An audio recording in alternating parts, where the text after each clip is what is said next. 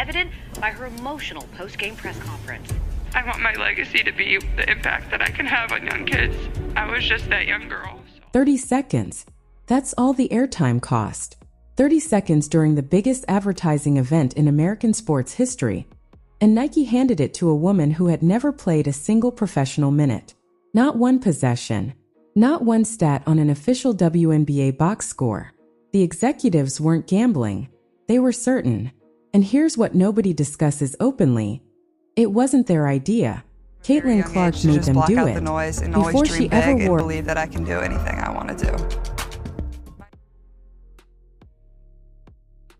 Her professional jersey, she engineered the most aggressive brand positioning in women's sports history. She didn't wait for permission. She didn't follow the traditional path that every other female athlete had been forced to walk.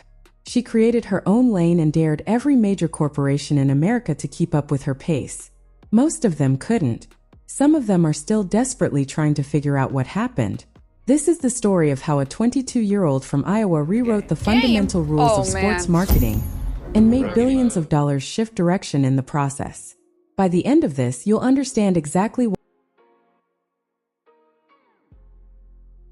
why State Farm signed an unpaid college athlete before her draft stock was even finalized. Why Nike broke a 30-year Super Bowl advertising silence for someone with zero professional credentials, and the one clause buried deep in her Gatorade contract that fundamentally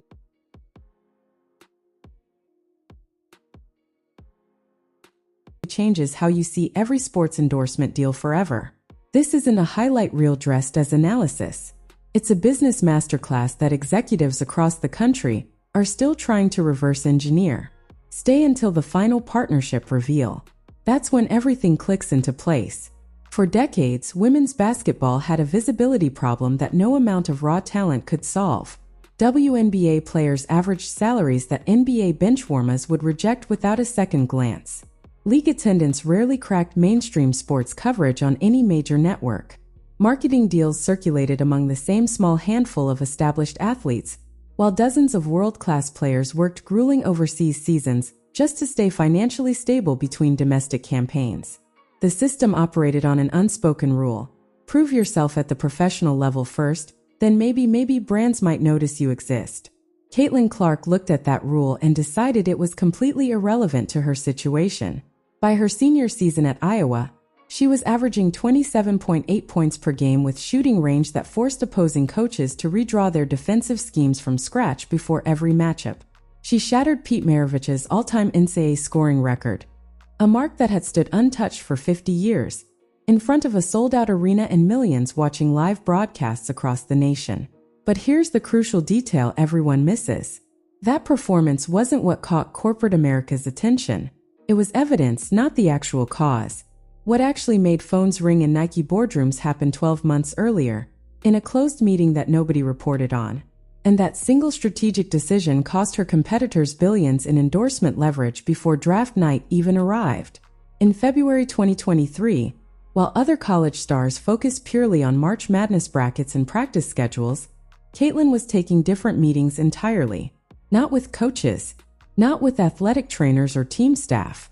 She was sitting across tables from marketing executives, agents specializing in nil valuations, and brand strategists who typically only spoke with established professional athletes who had already proven their market worth over multiple seasons. She had recognized something that the traditional sports marketing world had completely missed. The NIL era name, image, and likeness rights granted to college athletes in 2021 wasn't just about making quick money through local car dealership advertisements and regional restaurant endorsements. It was the leverage point, and leverage, wielded correctly by someone who understood its true power, could completely redefine an entire career trajectory before that career officially began in any professional league. Think about the timing for a moment. Most college athletes in 2023 were scrambling to monetize their status through whatever deals they could possibly secure. Regional brands, smaller sponsorships, quick cash grabs before graduation depleted their collegiate visibility. Caitlin approached the entire landscape differently than any of her peers. She didn't chase every opportunity that came her way. She specifically targeted companies that would position her for long-term market dominance. She wanted deals that signaled to the entire commercial marketplace: This athlete is operating on a completely different level than anyone you've seen before. State Farm became the proof of concept for everything that would follow. In early 2023, they announced Caitlin Clark as a national spokesperson. Not a regional campaign limited to Iowa markets.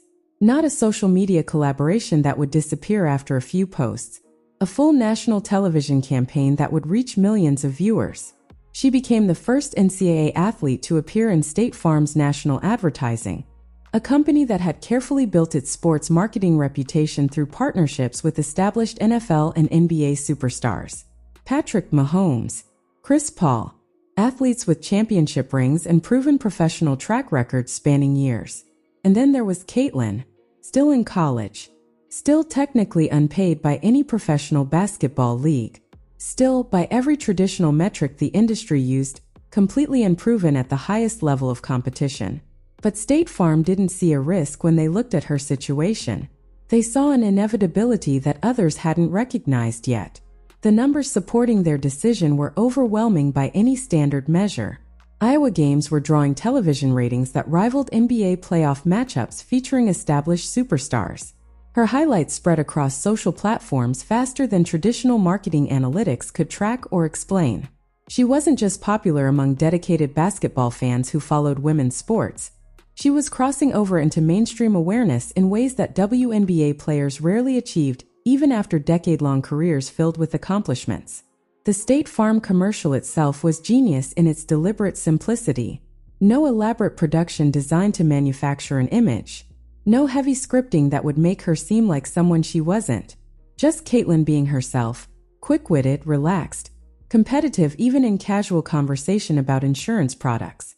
The famous interaction about hoops and rookie moves played exactly to her natural personality without requiring any acting ability. She didn't have to perform as someone she wasn't. The camera simply captured who she already was, and audiences responded immediately with genuine enthusiasm. That specific phrase, rookie move, became cultural currency overnight. Fans copied it in their own content across every platform. Kids mimicked it on playgrounds during pickup games. Sports commentators referenced it during actual game broadcasts. State Farm hadn't just signed an athlete, they had signed a moment machine. Every interaction she had, whether on camera or off, seemed to generate the kind of organic attention that marketing departments spend millions trying to manufacture. And here's where the strategy gets really interesting. Caitlin didn't stop with State Farm. She didn't rest on the validation of that initial major partnership and wait to see what might come next. Instead, she used it as a springboard into even larger opportunities. She understood that one deal creates perception, but multiple deals at that tier create inevitability. Nike was already watching her trajectory closely with dedicated analysts. Gatorade had executives specifically assigned to tracking her market position and potential. Wilson, the basketball manufacturer, was calculating exactly how much a signature product line could mean for their entire women's sports division. The question wasn't whether more brands would come calling after State Farm's success. The question was how Caitlin would structure the deals to maximize her positioning before the WNBA even drafted her. Nike moved next, and their approach signaled just how seriously corporate America was taking this 22-year-old's unprecedented market potential. Rather than waiting for her professional debut, the traditional path that every other athlete before her had been forced to follow, Nike signed her to a long-term endorsement deal while she was still completing her senior season at Iowa. The exact financial figures remained confidential in official announcements, but industry analysts estimated the contract exceeded anything previously offered to any WNBA rookie in league history, by significant margins that surprised even optimistic projections. And then came the Super Bowl decision that shocked the entire advertising industry. For nearly 3 decades, Nike had stayed away from Super Bowl advertising entirely. 30 years of deliberate absence from the most expensive, most watched commercial real estate in American sports. Their marketing strategists had calculated that the cost per impression didn't justify the massive investment required. Other platforms provided better returns on their advertising budgets. Other strategies made more financial sense for their specific brand objectives. Until Caitlin Clark changed their entire calculation. When Nike finally returned to the Super Bowl in February 2024, They didn't feature an established global superstar with championship credentials. They didn't highlight an NFL player during football's biggest night when that would seem most logical. They built their entire high-profile return around a WNBA rookie who hadn't yet played a single professional game at any level. The commercial ran during the most watched Super Bowl in television history. Over 123 million viewers witnessed Nike's powerful statement to the marketplace. This is the future of sports marketing. This athlete represents what's coming next for the entire industry. The advertisement itself leaned into exactly what made Caitlin's appeal transcend traditional basketball fandom boundaries. It wasn't about statistics or championship predictions that might not materialize. It was about presence, about the energy she carried into every room, about the way she made people care about women's basketball who had never watched a single WNBA minute before in their lives. Let's pause here and recognize what actually happened in that moment. Nike, a company that spends billions annually on athlete endorsements worldwide, that has existing relationships with the most famous sports figures on the planet, chose to anchor their Super Bowl comeback on someone without any professional experience whatsoever. They weren't betting on potential in some abstract, hopeful sense. They had seen the data that supported their decision. Iowa games were selling out venues that couldn't fill half their seats for previous women's basketball events. Television numbers were reaching historic levels. Social media engagement metrics dwarfed athletes with twice her experience and multiple championship credentials. The market had already spoken clearly. Nike was just the first major brand smart enough to listen at that unprecedented scale and act decisively on what they heard. But the most sophisticated move in her entire portfolio was still coming. While State Farm and Nike generated all the headlines and industry conversation, the Gatorade partnership contained something that only the most careful observers noticed at the time, a structural element in how the deal was actually constructed that fundamentally changed Caitlin's negotiating position across every other endorsement conversation happening simultaneously. It wasn't about the dollar amount reported in press releases or the number of commercial appearances specified. It was about category exclusivity and long-term positioning that gave her leverage most athletes don't achieve until they're approaching retirement after decades of professional play. The clause was deceptively simple in its language but revolutionary in its practical effect. And it explains why every brand negotiating with Caitlin afterward found themselves operating from a significant disadvantage they hadn't anticipated when they entered discussions. Gatorade's deal gave Caitlin something beyond standard endorsement terms: preferential positioning in their women's sports marketing strategy for the next decade of campaigns. That meant whenever Gatorade needed a face for their female athlete initiatives, whenever they developed new products targeted toward women's sports consumption, whenever they expanded into new markets or platforms, Caitlin Clark had first consideration rights before any other athlete would be contacted. She wasn't just appearing in advertisements as a hired spokesperson. She was embedded into Gatorade's long-term strategic planning as a foundational element. Why does this structural detail matter so significantly? Because category exclusivity creates ripple effects across an athlete's entire endorsement portfolio that multiply over time. Once a company like Gatorade commits to that level of investment in a single athlete, it signals to every other potential sponsor watching the market that this particular athlete has reached a tier where major corporations are willing to structure deals around her availability and preferences rather than the reverse. The entire negotiating dynamic shifts completely. She's no longer pursuing brands hoping for their attention. Brands are competing for whatever time and category availability she has remaining in her schedule. Wilson Sports came next in the sequence, recognizing that basketball equipment endorsements had historically been male-dominated territory at the signature product level for decades. They approached Caitlin about developing a signature basketball, not just appearing in standard ads holding their existing products like most athletes do, but actively collaborating on equipment that would carry her name and incorporate her design input. This positioned her alongside legendary names like Michael Jordan and LeBron James in terms of product category treatment. While she was still months away from her official WNBA debut, consider the cumulative effect of everything she had accomplished. Before playing a single professional game, Caitlin Clark had secured national advertising campaigns with State Farm, a Nike endorsement significant enough to warrant Super Bowl placement, a decade-long positioning deal with Gatorade that embedded her in their strategic planning, and signature product discussions with Wilson that treated her as a generational talent. Industry analysts estimated her pre-draft endorsement portfolio exceeded $8 million annually, more than most WNBA players earn from combined salary and endorsements after years of professional play. She had effectively separated her earning potential from her league salary before that salary even existed. This is the part that most sports coverage misses entirely. The media focused on her playing ability, her extraordinary shooting range, her competitive fire, her remarkable on-court achievements. All legitimate storylines worth exploring. But the business architecture that she methodically constructed was equally revolutionary and arguably more influential for women's sports overall than any individual game performance. Every brand that signed her wasn't just purchasing access to her personal audience for their products. They were making a declarative statement about women's athletics as a commercial category. They were announcing publicly that female athletes could drive mainstream consumer behavior at the highest levels.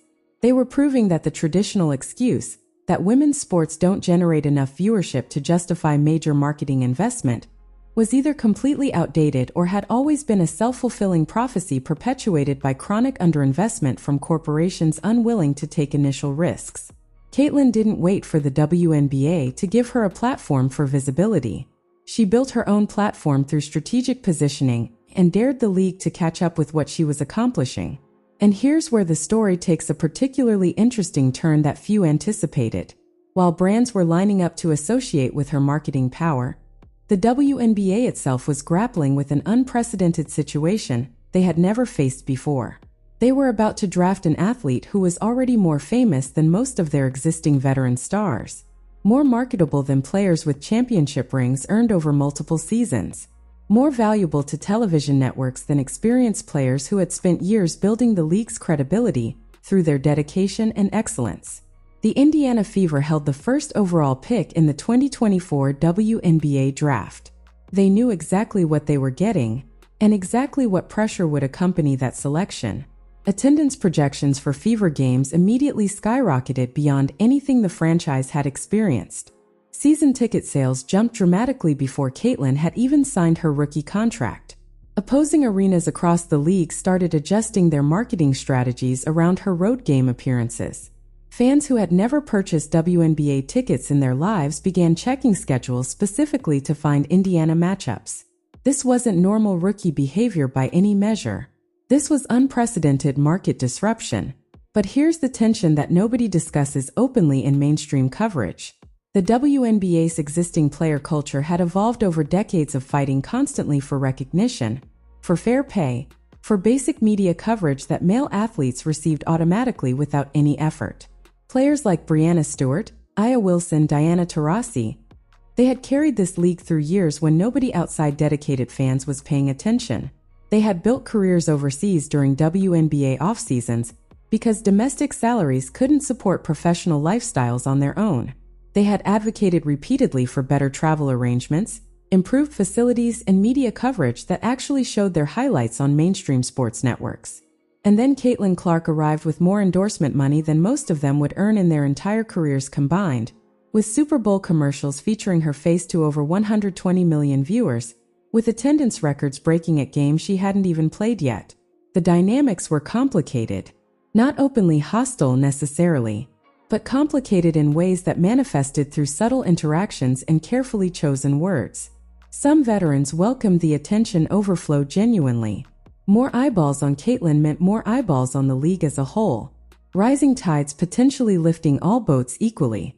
Her presence in the WNBA was generating the kind of mainstream sports coverage that decades of excellence from other players hadn't managed to achieve despite their accomplishments. Even if the spotlight focused primarily on her specifically, the peripheral glow illuminated everyone else sharing that stage. Other veterans felt the calculation differently and less positively. They had paid dues that Caitlin simply hadn't paid yet. They had endured entire seasons of empty arenas and minimal media attention. They had earned their positions through years of demanding professional play, and now a rookie, however talented she undeniably was receiving treatment that surpassed anything they had experienced at any point in their careers. This tension manifested in subtle but observable ways throughout her first season. Interviews that contained carefully phrased observations about rookie expectations and respect. defensive physicality in games that some analysts consider beyond standard competitive play into more aggressive territory, social media interactions that supporters and critics could interpret in completely opposite directions simultaneously, depending on their existing perspectives. Caitlyn handled it exactly as her commercial persona suggested she would. She acknowledged openly that she was standing on the shoulders of players who came before her. She credited veterans for building the league infrastructure that now had the capacity to receive her impact. But she didn't apologize for her visibility. She didn't diminish her market value to make others more comfortable. She played the game, both the basketball game and the business game, with the same aggressive confidence that had defined her entire career since high school. Her approach to on-court challenges revealed something else about her psychological construction. The physical play she received during her rookie season, the hard fouls, the intensified defensive attention, the moments that sparked heated debates across sports media platforms, never seemed to rattle her competitive focus. She took hits that would have frustrated less mentally prepared athletes. She absorbed contact that veteran defenders specifically deployed to test her resilience and willingness to continue performing under physical pressure. And she responded the way true competitors respond, by continuing to score efficiently, continuing to facilitate offense for teammates, continuing to demonstrate that physicality wouldn't diminish her production or her confidence. This psychological stability extended directly into her commercial work in noticeable ways. Watch her State Farm appearances carefully with attention to detail. Note how natural she seems in front of cameras without any visible discomfort. There's no stiffness that typically afflicts athletes uncomfortable with scripted environments and manufactured settings. No awkwardness that reveals someone performing rather than simply existing authentically. She understood, perhaps intuitively from the beginning, that commercial authenticity drives consumer connection more effectively than polished perfection ever could. Her Nike partnership illustrated this further through their creative choices. The Super Bowl spot didn't require her to be anyone except herself. The creative direction leaned entirely into her actual personality. Competitive, focused, aware of her historical moment, but not overwhelmed by its weight. Nike's experienced marketing team recognized that manufacturing a different image for Caitlyn would be counterproductive. Her genuine presence was already compelling enough on its own to anchor their most expensive advertising investment in 3 decades. Let's examine the Gatorade relationship through this same authenticity lens. Athletic endorsements in the beverage category often feel disconnected from the athletes presenting them to audiences. Celebrities hold bottles without any genuine connection. They recite lines about hydration and performance that clearly come from corporate scripts. They look into cameras and deliver messaging that everyone understands is purely transactional without any real belief behind the words. Caitlyn's Gatorade content felt different from that typical approach. Whether through careful selection by her representation team or through her own instincts about brand alignment, the partnership seemed organic rather than manufactured. She was already the kind of athlete who understood the connection between preparation and peak performance. The messaging aligned with her actual competitive reality, rather than imposing foreign concepts onto her image that didn't reflect who she actually was as an athlete.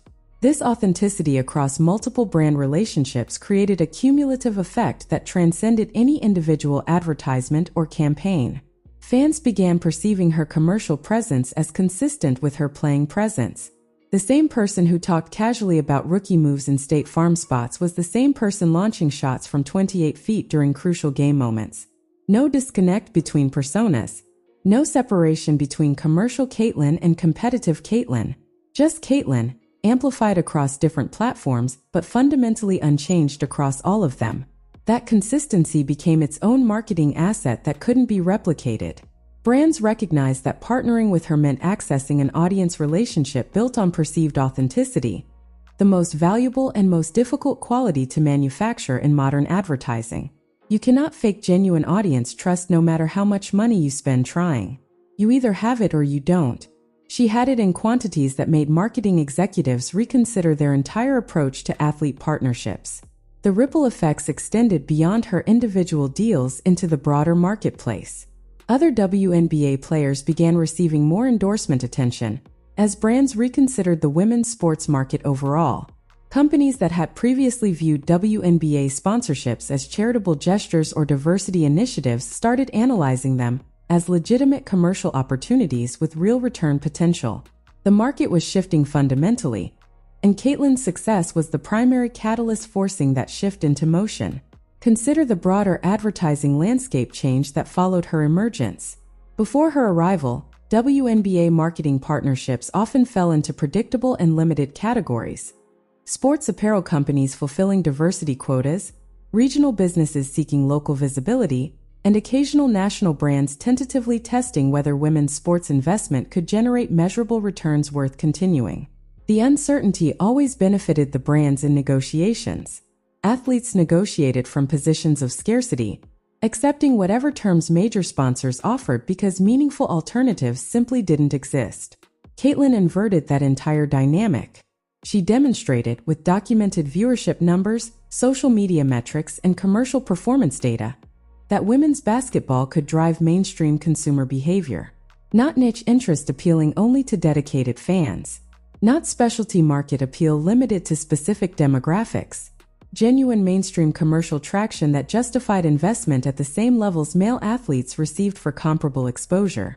Other players benefited indirectly from this proof of concept she created.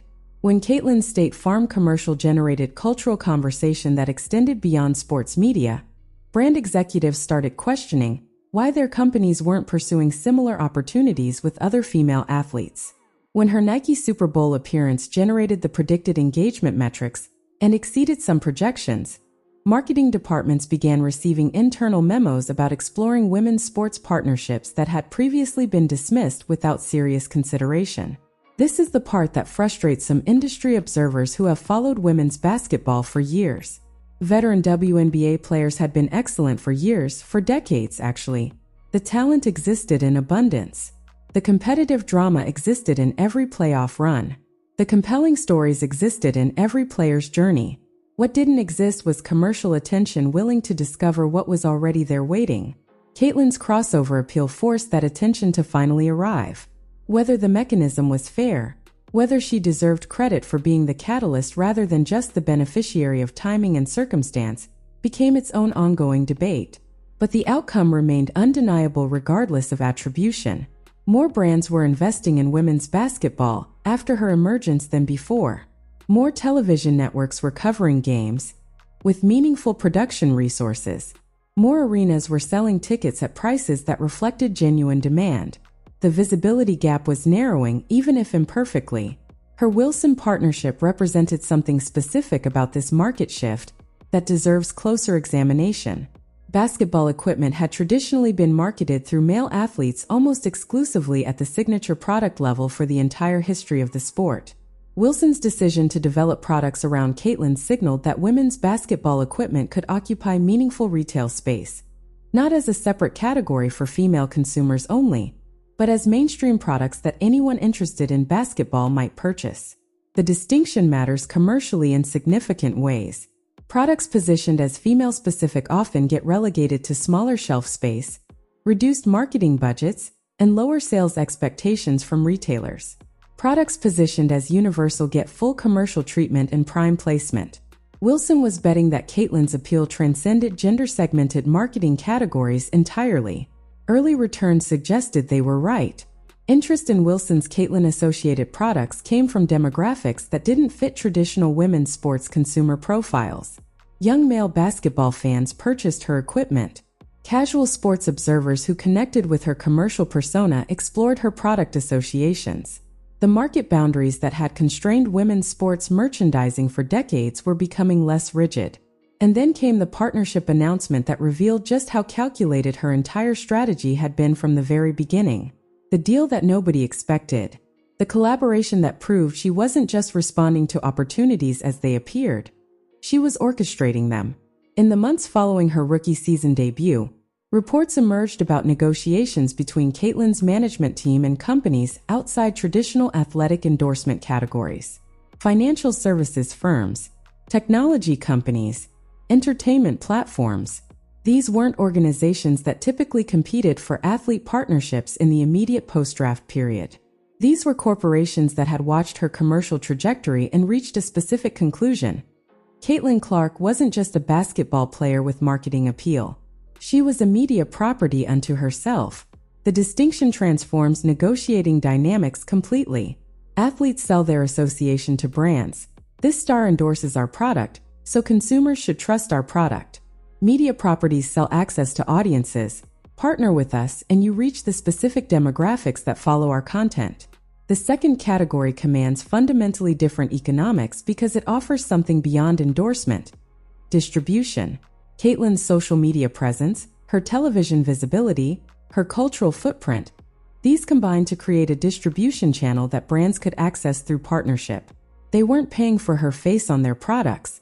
They were paying for access to the audience relationship she had built, the attention she could direct, the consumer behavior she could influence through authentic engagement. This is why her post-draft endorsement negotiations proceeded so differently from traditional rookie experiences. She wasn't competing for limited brand attention against other athletes. She was offering something unique that brands couldn't access elsewhere. A specific combination of demographic reach, audience loyalty, and commercial performance history that no other WNBA rookie could replicate because no other WNBA rookie had constructed the same pre-professional foundation. Her State Farm renewal discussions, following her successful initial campaign, reportedly included terms significantly more favorable than the original contract. This wasn't surprising given the documented performance of their initial collaboration.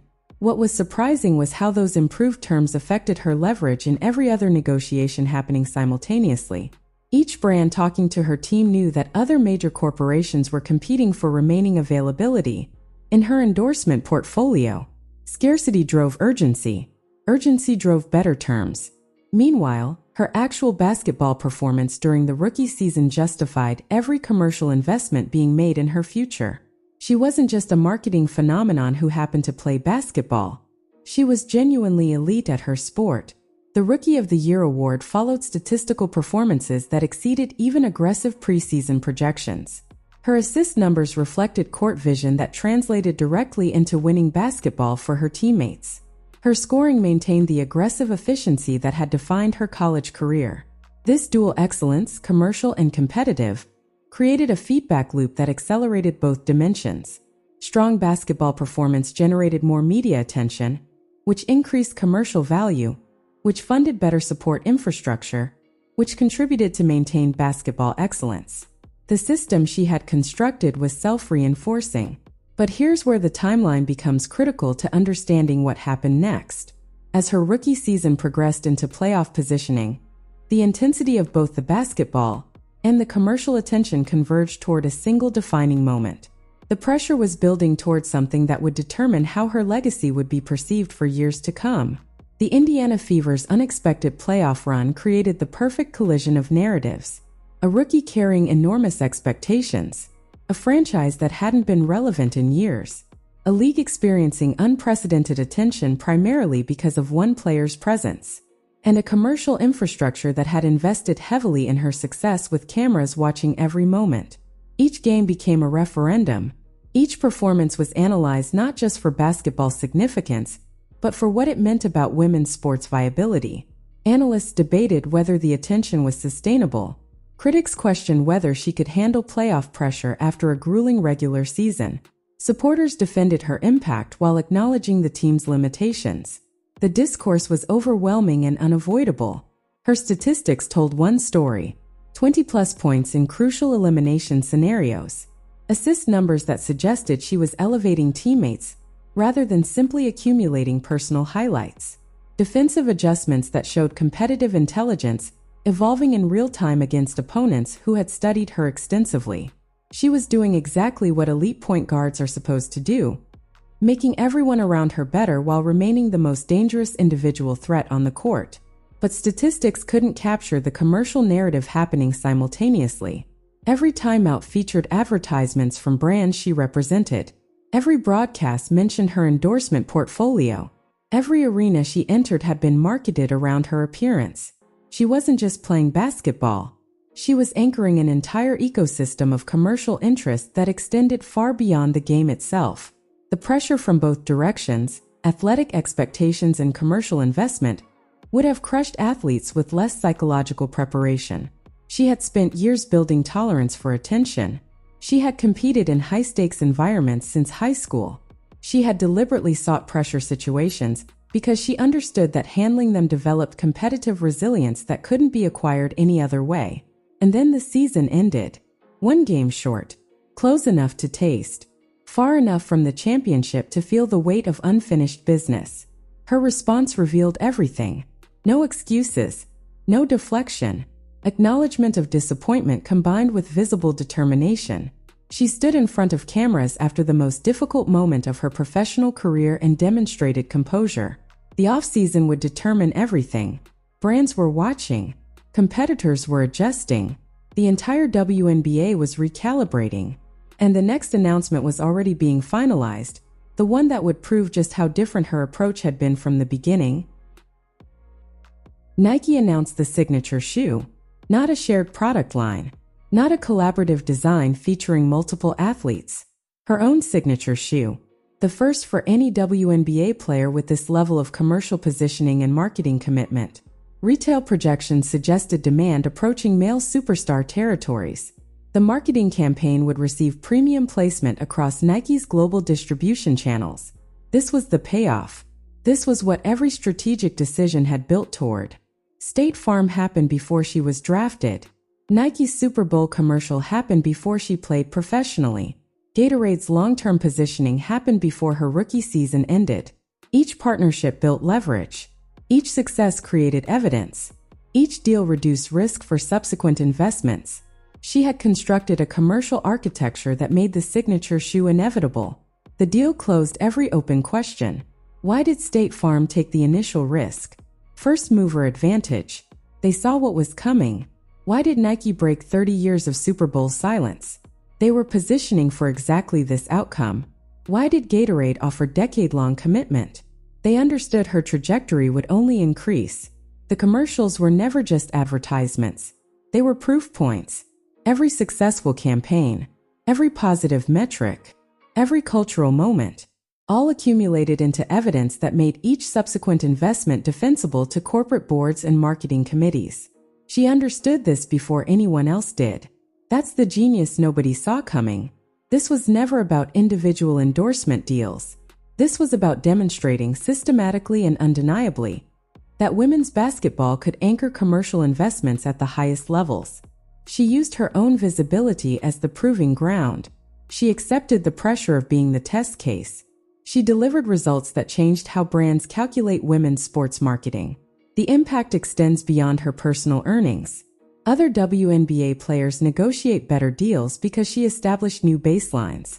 Brands enter women's sports because she proved audiences exist. The league commands more commercial respect because her success demonstrated what was always possible with actual investment.